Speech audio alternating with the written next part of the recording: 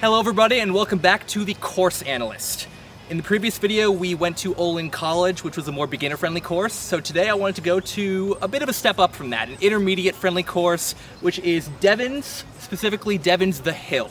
Now if you're not familiar with this course, this is one of the hilliest courses around. Almost every hole, if not every hole, has some sort of hill component built in. You're going up and down and up and down and up and down over and over again. It's exhausting, but it's a ton of fun. The hole lengths aren't too long. Most of them are around 200 to 250 feet, which is pretty reasonable for intermediate players. But the biggest difference between beginner courses and here is how many trees there are. There is an absolute onslaught of trees on every single hole. And if you're not hitting your lines, you're gonna be hitting a whole bunch of wood and kicking who knows where. So as always, I hope you enjoy my round and I hope you learned something.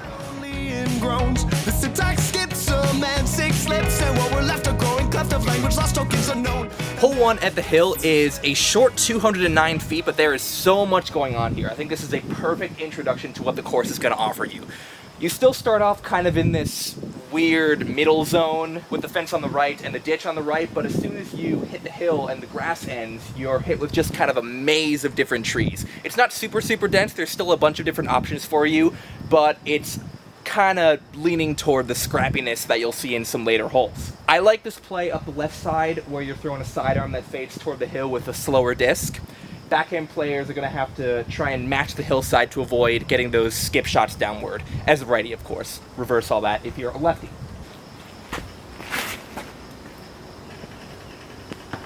Not what you're looking for.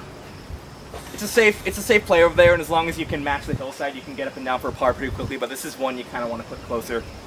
Well, even though I really didn't love the drive, I'm actually in circle 2 right here. This is a lot closer than I expected. Because the hole is so short, you can get away with that, but that is not going to last, as we will see.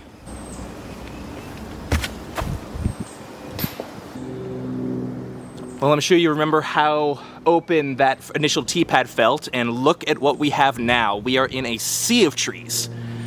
And we are not going to leave this sea of trees until after hole 18. Welcome to the hill. Hole 2, par 3, a measly 118 feet. Very simple hole. You have a tiny gap with some rocks for you to hit. It is an uphill shot, so it makes it a little bit longer. But with how short this hole is and how simple the gap is to hit, this is a hole that's just begging to be aced. There's not a ton more to say about this hole. Just hit the gap with an angle that gets you toward the basket, and you'll probably be able to take a birdie. Oh boy. I'm glad I hit that tree. That was way too much power for that shot. Another thing that makes Devens a notable experience is how rocky the fairways are. You'll see a whole bunch of these rocks poking up all over the fairway. It definitely makes the course a lot more interesting, but when it rains, this course gets slippery and dangerous, so be careful.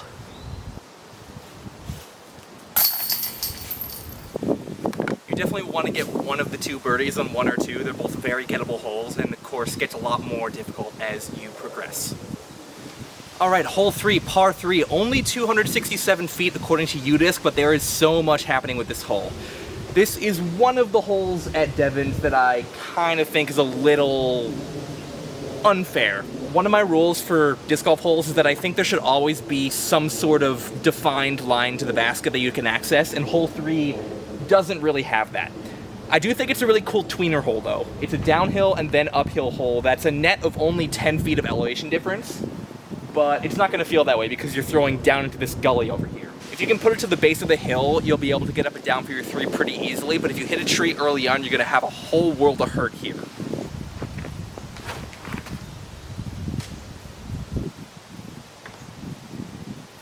That could have been a whole lot worse. That spot's really not that bad. I'm going to have a line somewhere to go up and down, but it's not going to be simple. Well, you just went up the hill, and now you're going back down it, and then you're going back up it, and then you're going back down it. Over and over and over again. That's what this course does to you.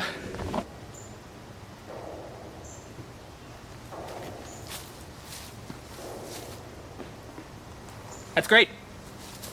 You know, my knee-jerk reaction for holes like this is, oh, you should either make it shorter or make it a proper par 3, or make it longer and make it a proper par 4. But I do kind of like having just a few holes like these on a course. Like 1, 2, maybe 3 that are like proper tweener holes. I think it makes it interesting. And if you do find a way to the basket, that's a huge bonus birdie that can really make or break your round. And the hole's just really fun being able to throw up a cliff like this. So As much as I don't love tweener holes, I don't really mind this one. Well, if you don't like going uphill and you don't like going downhill, congrats, you can now do both. On hole 4, which is a par 3 at 227 feet, it says it's short. It technically is short, but you have this massive boulder in your way, this hill with rocks on top, so you need to find a way to throw over that while also fading down into basically the same spot where you started to go over it. It's a really interesting shot and one that kind of highlights a weakness in the way discs fly. You need, I think, kind of a lower glide shot that you can flex but also get to drop, keeping that straight line going. It's a really hard shot, and frankly, if you're able to get pin high 40 feet to the right or left, that's not bad. This is a really hard birdie to get. Uh-oh. Welcome to Scramble Town. All right, let's talk about the rough at Devens. Every hole is slightly different, but most of the holes are not super in jail. There's plenty of trees around, obviously, but you do have multiple routes to try and access the pin on most holes. So it's a really great course for teaching you how to effectively scramble because there is usually some sort of path forward no matter where you end up. It just might take 1 or 2 shots depending on how good you are. All right, so here's my thought process when I'm scrambling. So first I need to survey what's immediately around me. Am I gonna hit any trees, any bushes immediately? The answer is no, so I don't have to worry about that. So I can throw backhand or forehand without worrying about smacking something. Now, what are my lines here? Well, the basket, if you can see it, is kind of near that rock over there. You can see the flag poking up if it's not behind the tree, which it might be for you, but that's okay.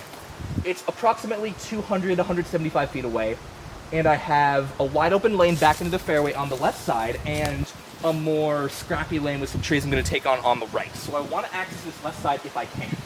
Now, I like to throw forehands when I'm scrambling. Is a forehand a viable play here for that left gap? Probably not, because I need this to push further forward. So if I get this hyzering too early, which is the only way to access it, I'm going to fade too early, and I'm going to be probably 60 feet away from the basket with a long putt for bogey. So what I'm going to do is I'm going to throw a turnover backhand with my putter to access this fairway, which is a more technical shot and one I'm not as good at, but we're going to try the best available line and try to access the green in one shot from here. So let's do it.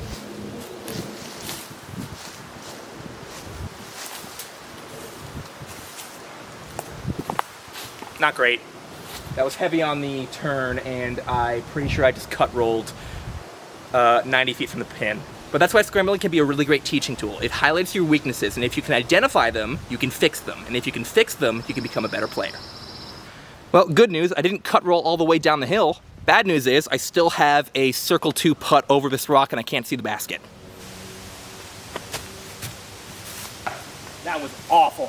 Oh no. Yeesh. Whew. That was quite the bogey save. Tough hole. All right, welcome to one of the first signature holes at Devens. Hole 5, par 3, 304 feet, but it sure doesn't feel that way because 1, it's slightly uphill, and 2, there's a very defined gap for you to hit. This is a turnover backhand shot through and through. Forehand is still a viable play, but you probably aren't going to get all the way to the pin from there, so if that's your dominant play, that's your safe option. What makes this hole a signature hole, though, is how picturesque it is. You have a really nice bowl-like shape going down the fairway, so if you do not hit your line, as long as you keep your disc low enough, you're probably going to still be in the fairway, especially now that you have all the leaves come in and the shadow patterns on the ground. Just really beautiful stuff here.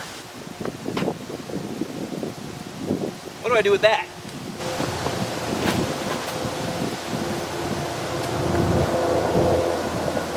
And another thing I forgot about this hole is because the basket has a bit of a backstop because it's on that hillside, you can run shots in a much safer way than most holes. So I might actually give this one a run, we'll see. Well, it seems like I actually sold myself short back there because I am almost in circle 1. Maybe 40 feet away. So that's a great drive.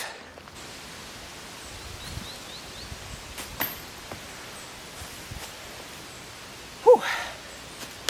These rounds are a lot more fun when you're making your putts or hitting metal like that.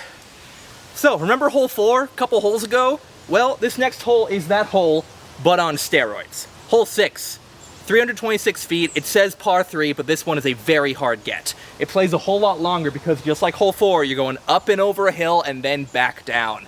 You have that same issue before where you have to find a way to get a shot over the hill but not fade to the side and keep your disc in the fairway to try and get a birdie on this one. The only saving grace for this hole is that the gap is significantly wider, so you have more room to flex a shot, which is what I'm going to try to do. I would call this tweener hole, but I wouldn't call it an unfair tweener hole because the tweeniness comes with not having enough power, and I think having a few longer holes like this on the course is a really good thing for diversity between holes.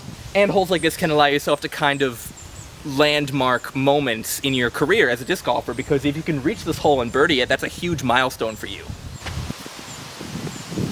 Yes, tailwind. Sweet. Oh boy. Not sweet. So here's a little disc golf quiz for me.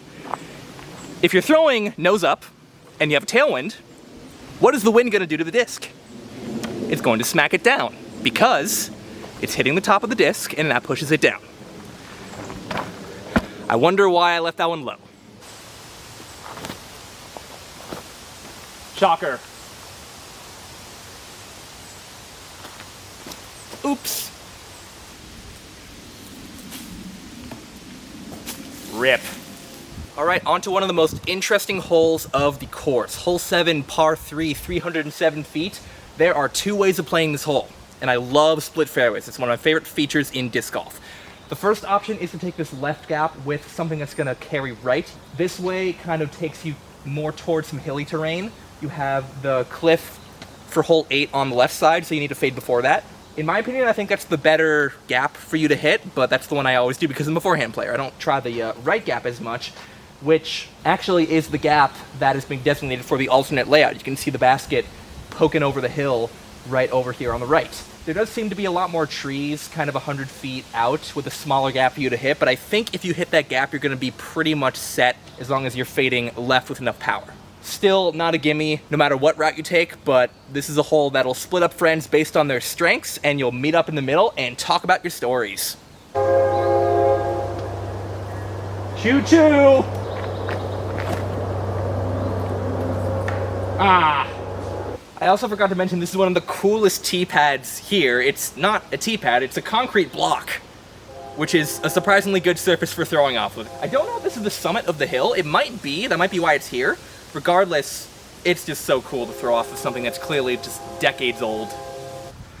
Wow, I've played this course a dozen times maybe, and I have never been in this spot before. This is right between the two fairways, and the basket we are going toward is right behind this massive rock.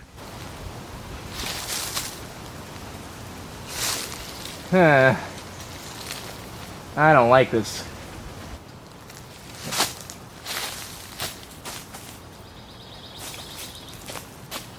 There's so much interesting stuff happening at Devens. Disc golf is by no means the only thing happening in this town. I tend to see a ton of sports tournaments happening because there's a massive field complex pretty close. I've seen soccer tournaments, ultimate tournaments, all sorts of stuff.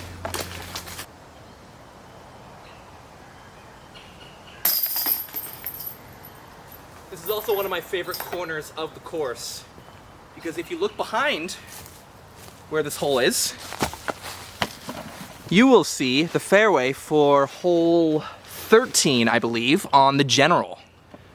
The second course here. I was going to talk about this on hole 4 because hole 4 actually walks by the tee pad for hole 1 on the general, but I kind of got preoccupied with scrambling there. But I really love that you can see different parts of the other course when you're just on your current one. I think it makes the property feel bigger. Down and up and down and up and down and up. On hole 8, par 3, UDisc says something absurd, 209. Because of how uphill this hole is, it plays so much further, 300 feet at least. Like hole 5, this is kind of another bowl hole. You have rock walls on the left and right, but not lining the entire fairway. The rock on the right is only in the back half of the hole, and once you get to circle 1, that rock is going to vanish on you. But the left side is pretty much there the whole time. Also, there are some gaps here, but because of how uphill it is, hitting these gaps is an absolute chore. So you gotta find a way to pick your most reliable distance shot that also allows you to hit a gap. It's a very technical hole, a very tough get.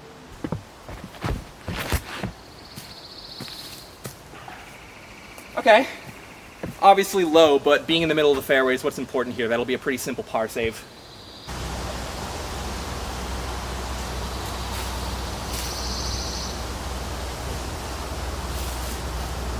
Loving it.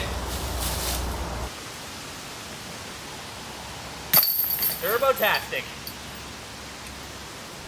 All right, hole 9, par 3, 138 feet. This is another little ace run. Super downhill shot. You want to be able to control your speed and not skip super far past the basket. But unlike a hole coming up, this is a flat area that the basket is set on, so you're not too worried about just like careening downhill. You do still want to control your speed though, because this hole plays maybe 100 feet. A lot of people I've seen will actually jump putt this hole.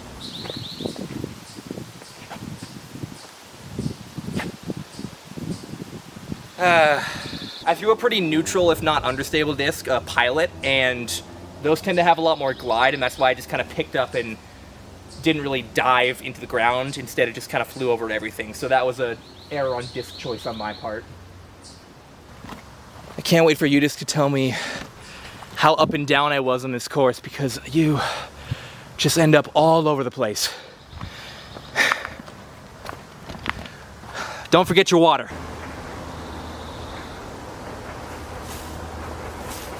Yes!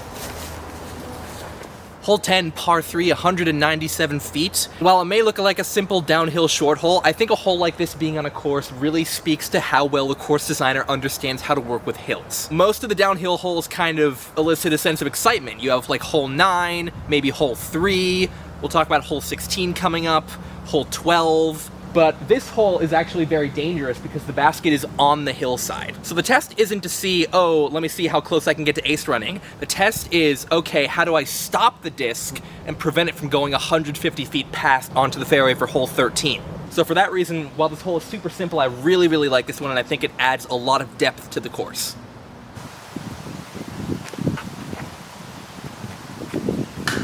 Yikes.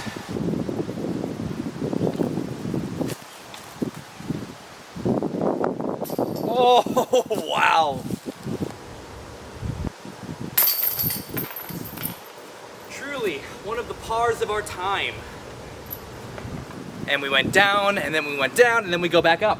On to hole 11, par 3, 160 feet. This is probably the most scrappy hole at the course. You have these very tiny gaps. You do have a wider gap on the right, but it's super far to the right, and you have to get a disc to swing in hard to have any chance at parking the hole. If you want to park or ace run this hole, you have to take on this tiny gap. I think it's like maybe 5 feet wide. It's absurdly small, but because the hole is so short, I don't really mind having this many trees in the way. You know, if this is a 300-foot hole, I'm going to be complaining because, you know, you hit one tree because you were off by just a little bit, didn't have much of an option to begin with, and now you have a 250-foot upshot surrounded by trees. But here, if you hit a tree at the gap, you're halfway up the fairway.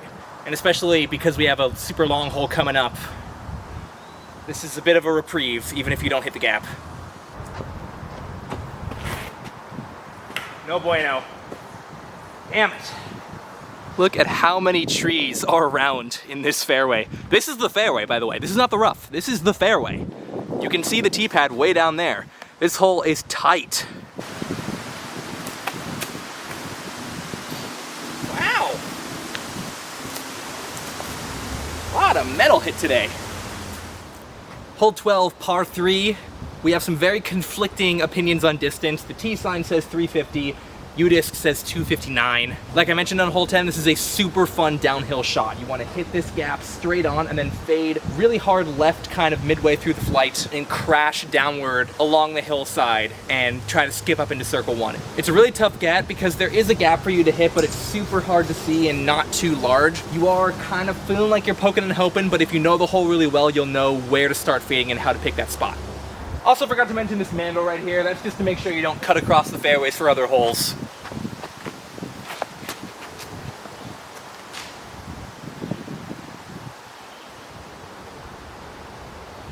That was very interesting. I don't think you saw that, but I hit some leaves and got kind of a ramping skip off them and was able to carry all the way down the hill anyway. So I don't think I'm in circle 1, but that was a pretty good result. All the way down here, we'll call it circle 3. I'm thinking maybe 80 feet?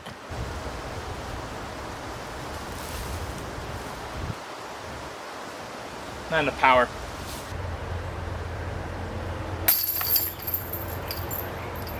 Hole 13 might be my pick for one of the prettiest holes on the course. You have these beautiful tall pine trees with a lot of the branches trimmed that line the entire fairway from front to back with a well-defined gap in the middle, allowing you to flex a right-fading shot toward the basket. It's only 279 feet and downhill, so it doesn't play very long. It's a very reachable hole, but this hole does give a lot of people some trouble.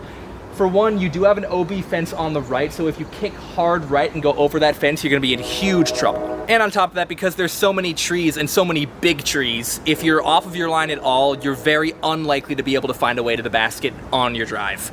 So hit the gap and you won't have to scramble, miss your gap and you're gonna be in a world of hurt with these big trees.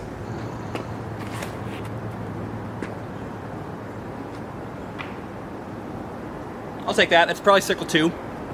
A little straighter than I'd like, but nothing wrong with that. I always love pine tree environments like this. Some of my favorite places to play in disc golf. They also make for some of the hardest holes because the trees are so freaking big. But absolutely beautiful, picturesque stuff.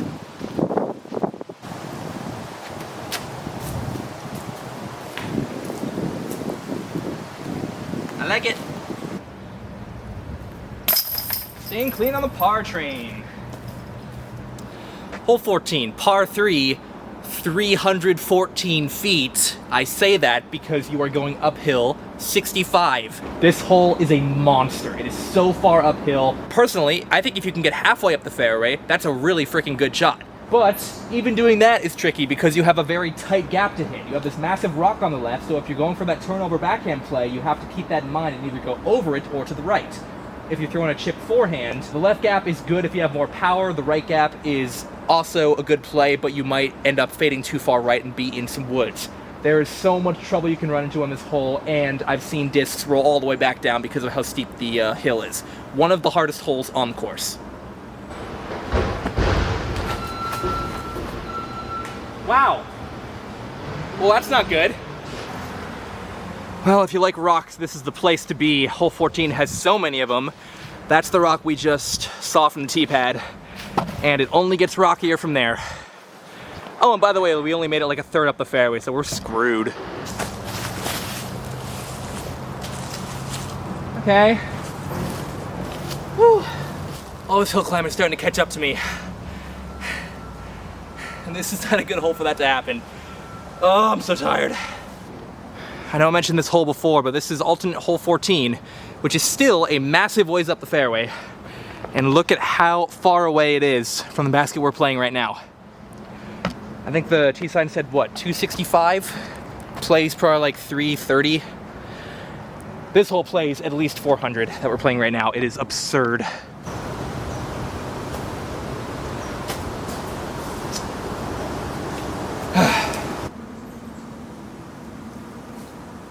Oh boy. Honestly, that was purely a lapse of focus on my part, and that comes with the fatigue, and maybe not drinking enough water, something like that. So, lesson learned, you've got to keep yourself focused on courses like this. We're now on hole 15, par 3, 205 feet. This is one of the flattest holes on the entire course, and it's still slightly uphill, which makes this play kind of close to 250. It's a very stock shot if you have a right-fading shot, like a righty forehand. You just pump it up the gap, let it fade toward the end, and you're going to have an easy time getting in circle 1, even for an ace run. If you're off the fairway, this scramble zone is not too bad. The right side is pretty clear, the left side is a little less clear. It's a pretty stock New England style disc golf hole. It's a good reprieve from the previous 3 holes that have all been really challenging. Damn it.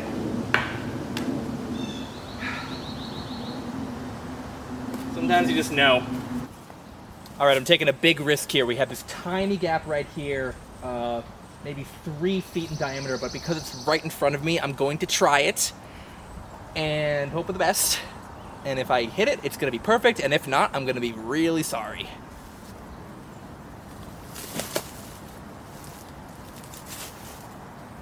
Nice. I was just thinking, how many of the holes on this course are flat? I'm trying to think, and I think the answer might be 0, actually. This hole might be the closest thing we have, and still it's slightly uphill. Hole 6 and hole 4 are technically relatively flat, but there's still that hill in the middle you have to go over. Yeah, I think every hole on this course has some sort of hill built into it. And that's why they call it the hill. Oh, so close. There have been very few holes in disc golf that I've played for the first time and had my jaw on the floor when I was looking out at it for the first time. Hole 16 at Devens the Hill is one of them. Par 3, 258 feet, downhill, 90 feet. Math people, do the math on what angle that is. Actually, I can do that now. It's approximately 30 degrees on average, but the beginning and the end of the hole are flat, so you have this almost 45-degree angle in the middle that is just nuts. This hole is straight downhill, super fun. If you try to throw a normal shot, forehand or backhand, you are probably going to fade way off to the side and end up pin high, maybe 80 feet off to the side. So the best way to attack this hole is actually with a specialty shot. I like to go with a hammer or tomahawk. I'm really glad it's here, even though it's a scary, scary hole.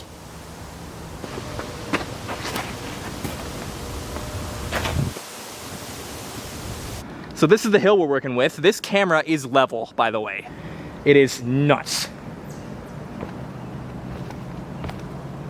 Well, this is a great shot if you're playing the alts, which I'm not.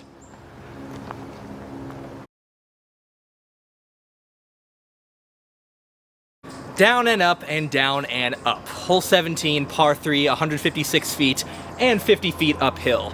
That same hill you just went down, you're going back up, not as far, but still quite a bit here. You want to hit this fairly generous gap with something that's going to fade left. If you do leave your shot short but still hit the gap, you're probably going to be at the base of the rock wall underneath the basket, which is totally fine. There's plenty of opportunities for you to birdie there, and you're not just like covered up by that wall. You're still going to have an angle on the basket. But if you do end up getting this to where the basket is, you're going to have a great little ace run.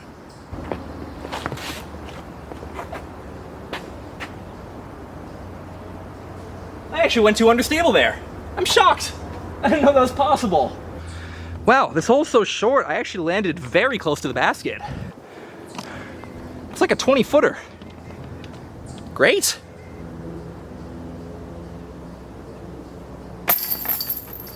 Yeah, baby. Okay, we're finally here. Hole 18, par 3. UDisc says 416.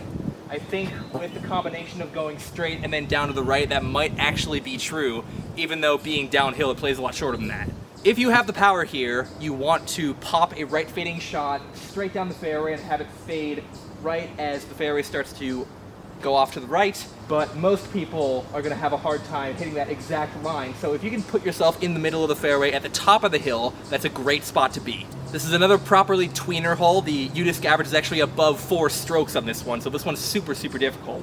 The fairway is mostly open, but there are some trees at the dogleg point. As long as you can put your disc in the middle on a good path, you'll be kind of rolling the dice in the middle of the fairway, and if you can get down that, you're going to have a pretty extraordinary attempt for a birdie.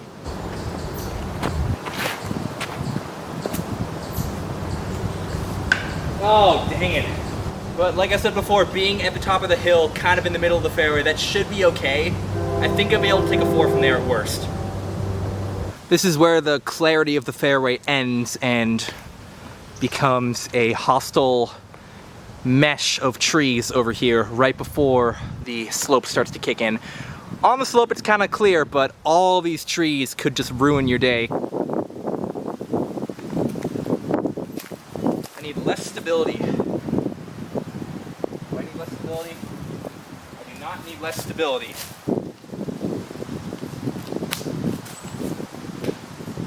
I need a better shot. I believe the scientific term for this situation is a certified problem. This is starkly downhill with a headwind, bad footing, and I do not own a Berg. Come on, dude. Woo!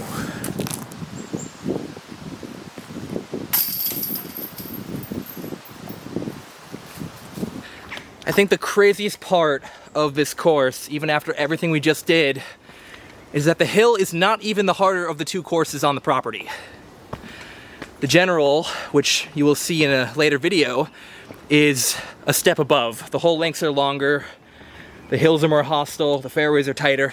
Yeah, the hill is technically the baby of the two, and it's still very, very difficult. So if you want to practice your hilly shots, this is the place to be. This is a great course for that, especially because the hole lengths are on the shorter side.